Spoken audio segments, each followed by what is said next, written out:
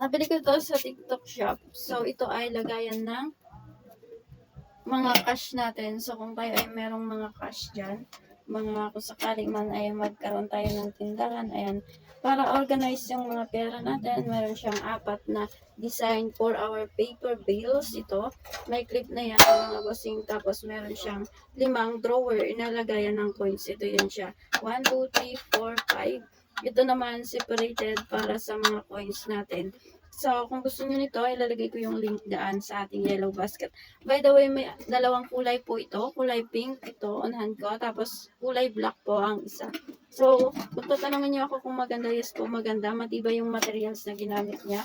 At meron pa siyang duplicate na key. Ayan. Hindi siya mahirap buksan. Very easy to use. Ay, balak pala yun. Sorry lang. So, kung gusto niyo nito, ilalagay ko yung link dyan sa ating yellow basket.